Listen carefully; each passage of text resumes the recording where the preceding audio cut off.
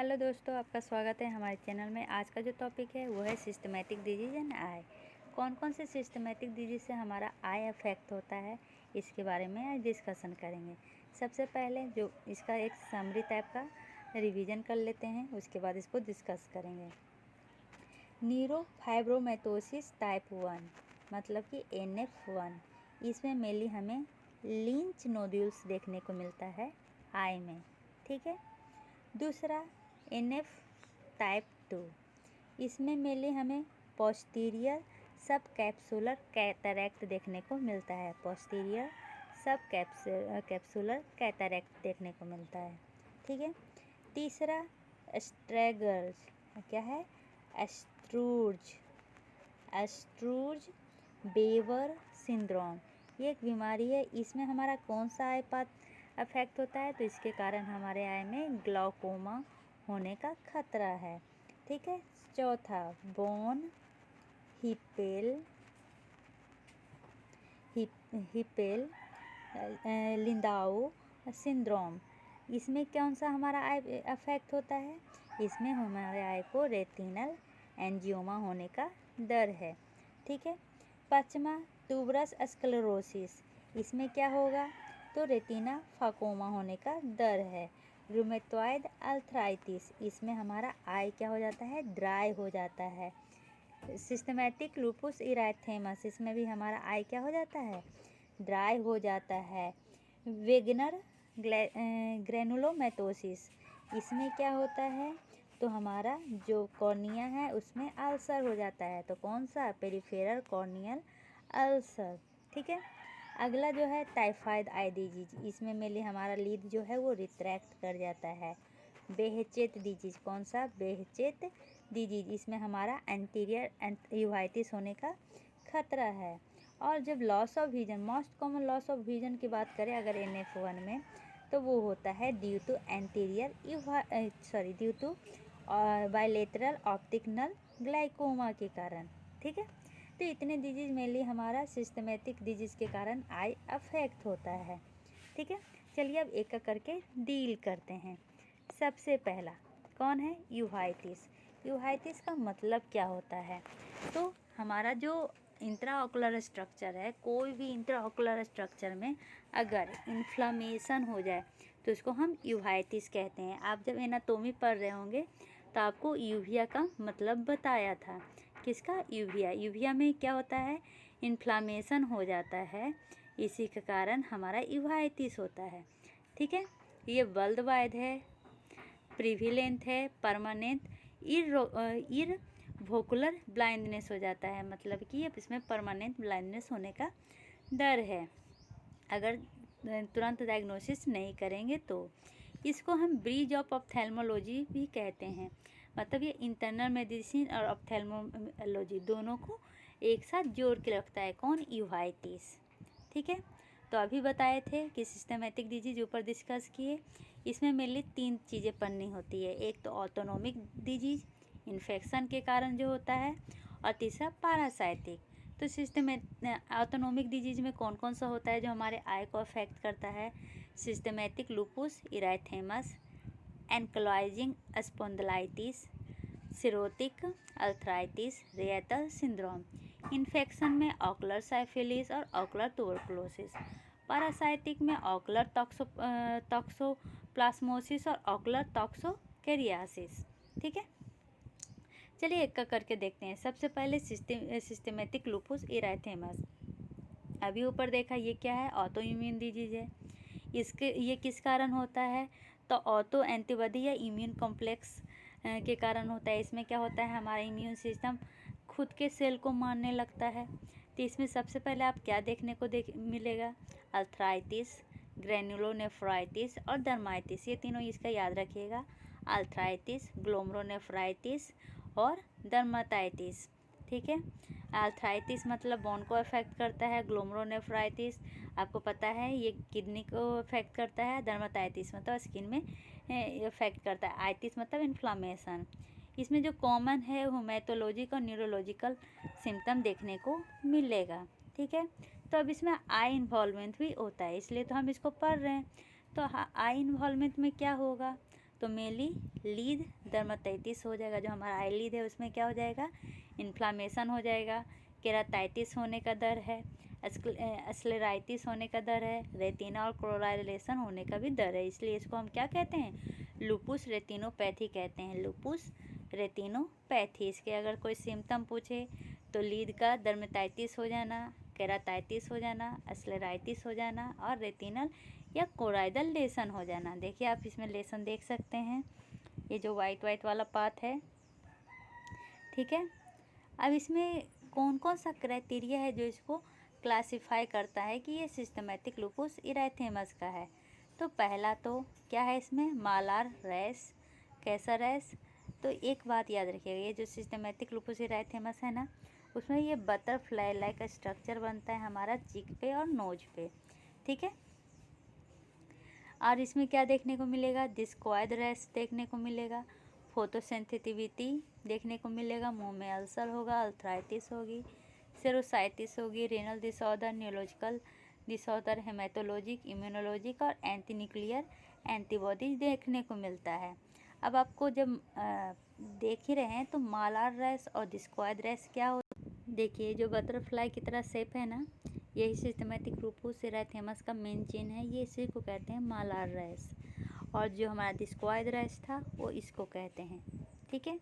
ये दोनों समझ में आ गया। अब जब इसकी डायग्नोसिस की बात किया जाए तो वो क्लिनिकल और लेबोरेटरी फाइंडिंग पे बेस होता है, ठीक है। इसका मेन थेरेपी क्या है, जैसे कि ऑटो इम्यून के एक्टिव हो जाने से कारण होता है, तो इसमें हम इम्यूनोसप्रेसिव थेरेपी देते हैं, जिसको हम केमोथेरेपी भी कहते हैं। ट्रीटमेंट ऑफ चॉइस की बात है तो जो ऑर्गन इन्वॉल्व है मेनली उसके लिए ट्रीटमेंट किया जाता है, और इसमें NSAID, स्टेरॉयड और क्लोरोक्विनोन का भी यूज करते हैं। अब जो दूसरा था वो क्या था, सेरोनेगेटिव स्पॉन्डाइलोपैथी। इसमें कौन कौन सा था, एंकोलाइजिंग स्पॉन्डिलोलाइटिस, रायटर सिंड्रोम, सोरियाटिक अर्थराइटिस और इन्फ्लामेटरी बॉल डिजीज। तो अब ये होता क्या है, तो चलिए अब इसमें आते हैं। सबसे पहले एंकोलाइजिंग स्पॉन्डिलोलाइटिस, इसमें देखिए हमारा क्या होगा, कोलाजन होता है ना, जो वेस्कुलर मतलब जो ब्लड वेसल्स में कोलाजन होता है ना, उसमें डिजीज होता है। और डिजीज मेनली सैक्रोइलियक, देखिए हमारा कौन कौन सा होता है, वर्टिब्रा, ऐसे याद रखिएगा, सर, थोड़ा, लंबा, साको, सर्विकल, थोरैसिक, लंबर, सेकुलर और कॉकिक्स। तो ये मेनली हमारा सैक्रोइलियक को अफेक्ट करता है और वर्टिब्रल जॉइंट को अफेक्ट करता है। देखिए पर्सन कैसे हो जाते हैं, ठीक है, क्योंकि इनमें के जो ब्लड वेसल्स है उसके जो कोलाजन है उसमें डिजीज हो गया है। इसमें मेनली 25 to 35% हमें ऑकुलर इन्फ्लामेशन देखने को मिलता है, और इसमें हल्ला 27-90% एसोसिएटेड होते हैं, ठीक है। इसमें तो आपको देखने के, इसका जब क्लिनिकल सिम्टम की बात किया जाए तो इसमें आपका लो बैक पेन होगा, क्योंकि हमारा सैकुलर इन्वॉल्व है। जो हमारा मूवमेंट होगा वो लिमिटेड होगा। और क्या होगा, जब आई की बात किया जाए तो इरिडो साइलाइटिस, कंजक्टिवाइटिस और फोटोफोबिया होने का डर है, ठीक है। और इसमें क्या हो जाता है, हमारा एंटीरियर चैम्बर में इन्फ्लामेशन हो जाता है।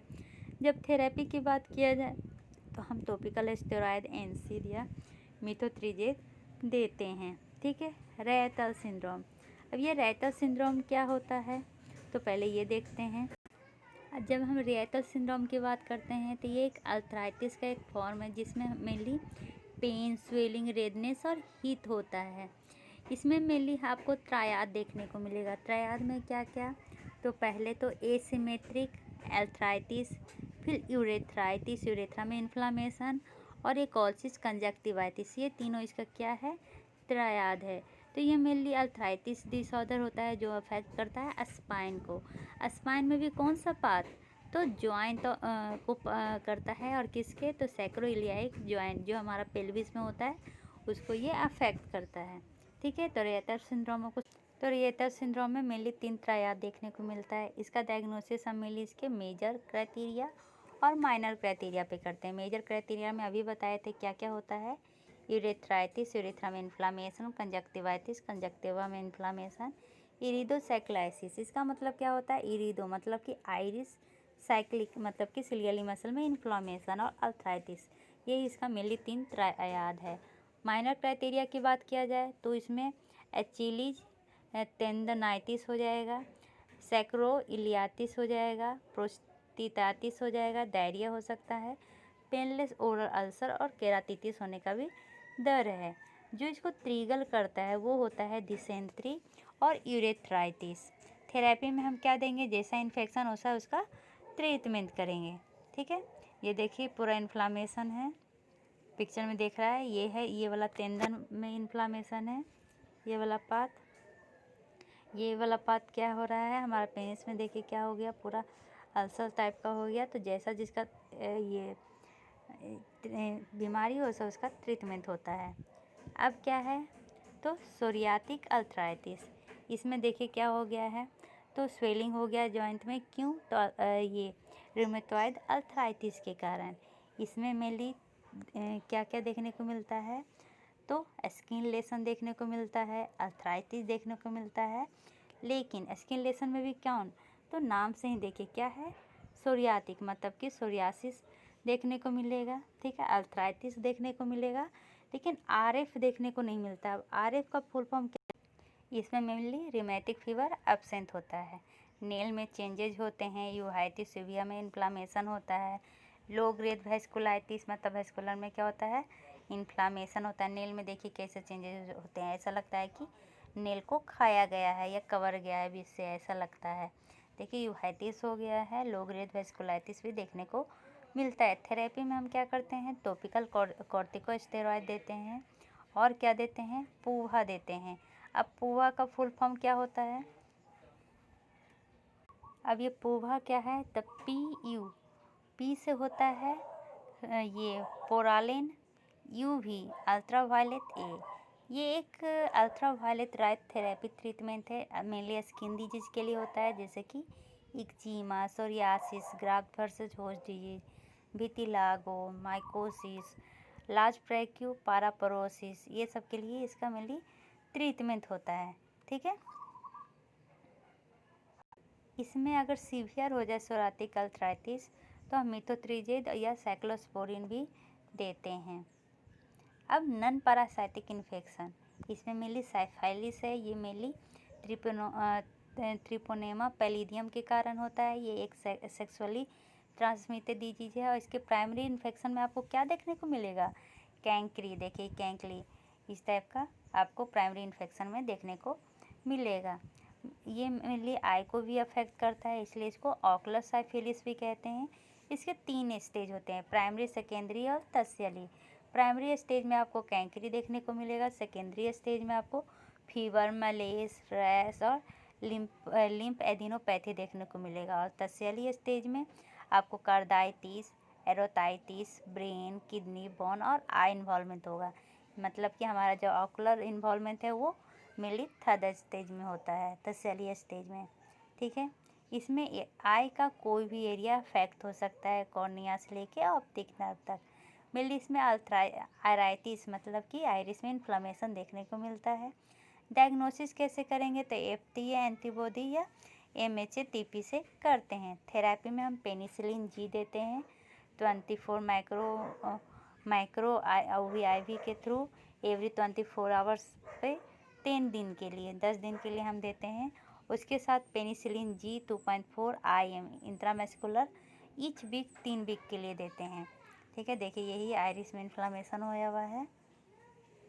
ट्यूबरकुलोसिस के कारण भी हमारा आई इफेक्ट होता है, कौन सा, तो यूवाइटिस से भी हमें इन्फ्लामेशन होता है। तो ट्यूबरकुलोसिस का मोस्ट कॉमन ये कौन सा है, तो मायोबैक्टीरियन ट्यूबरकुलोसिस, मेनली कौन सा, तो बोविस, और ये एटिपिकल होता है। इसमें मेनली हमारा ईवीएम में इन्फ्लामेशन होता है। ऑकुलर ट्यूबरकुलोसिस, इसमें कोई भी सिस्टमेटिक डिजीज नहीं है। डायग्नोसिस कैसे करेंगे, तो AFB, smear, PCR, chest x-ray और PPD के द्वारा करेंगे। ठीक है, जिसमें मेनली हमें ऑकुलर में इन्फ्लामेशन देखने को मिलेगा। तो थेरेपी 2 मंथ के लिए करना रहेगा, तो हम 3 दवा देते हैं, INH, RIF और ET। अब ये क्या, ET से होता है इथैम्बुटोल पाराजीनामाइड, RIF से होता है रिफाम्पिन, INH से होता है आइसोनियाजिड। ये तीनों अगर एक साथ दिया जाएगा तो 2 मंथ का थेरेपी होगा, लेकिन अगर रिफाम्पिन और सिर्फ आइसोनियाज़िड देते हैं तो ये 7 मंथ का थेरेपी चलता है। अब पैरासाइटिक इन्फेक्शन में मेनली हम कौन सा देखते हैं, टॉक्सोप्लाज्मोसिस। ये टॉक्सोप्लाज्मोसिस गोंदी के कारण होता है। जब कैट क्या करता है, स्क्रीट करता है ना oocyte, और वो जो मैन इंजेक्ट कर देता है, जिसके कारण ये टॉक्सोप्लाज्मोसिस होता है। कभी कभी ये मीट इन्फेक्शन मेनली बीफ और पॉर्क के खाने से भी होता है। ये हमारा एक्वायर्ड भी है और कोजेनाइटल भी है, ठीक है। अगर इसके पैथोजेनेसिस की बात करें तो अगर ये कोजेनाइटल है तो हमें क्या होगा, पैरालिसिस, सीजर, रेस्पिरेटरी डिस्ट्रेस और फेल्योर ऑफ ट्रीप हो सकता है। लेकिन एक्वायर्ड है तो हेडेक, मलेस, लिम्फेडिनोपैथी, मायालगिया और मैकुलोपैपुलर रैश देखने को मिलेगा। इसमें मेनली क्या होता है, जो हमारा मैक्रोफेज है या लिम्फोसाइट है वो इन्फेक्टेड हो जाता है, कहाँ का, तो रेटिना के कैपिलरी का, जिसके कारण इंट्रा रेटिनल मल्टीप्लिकेशन होने लगता है और इसके कारण हमारा प्राइमरी रेटिनल इन्फेक्शन होता है। इसमें मेनली कोराइडल या विट्रल इन्फ्लामेशन भी देखने को मिलेगा, नेक्रोटाइजिंग ग्रेनुलोमा भी देखने को मिलेगा। इसमें 20 to 75% हमारा यूवाइटिस इन्वॉल्व होता है, तो हमें ब्लर दिखेगा, फ्लो तराक के आगे ऐसे काला काला धब्बा दिखेगा और लाइट में सेंसिटिव हो जाएगा हमारा आई। इसमें मेनली एंटीरियर पार्ट में अगर अफेक्ट होगा तो हमें ग्रेनुलोमैटस, इरिडेसेक्लाइटिस और कैटरैक्ट होने का डर है। और अगर पोस्टीरियर पार्ट अफेक्ट होगा तो विट्रल सेल फ्लेयर, ओपासिफिकेशन और रेटिनोकॉर्डाइटिस, ऑप्टिक न्यूराइटिस, रेटिनल डिटैचमेंट, ये सब देखने को मिलता है, ठीक है। डायग्नोसिस कैसे करेंगे, तो फंडोस्कोपी के द्वारा आप थर्मोस्कोपिक का पिक्चर लेंगे, कल्चर करेंगे। किसका कल्चर करेंगे, तो जिम्सा टिश्यू स्टेनिंग का सेरोलॉजिक टेस्ट करेंगे और पीसीआर करेंगे, ठीक है।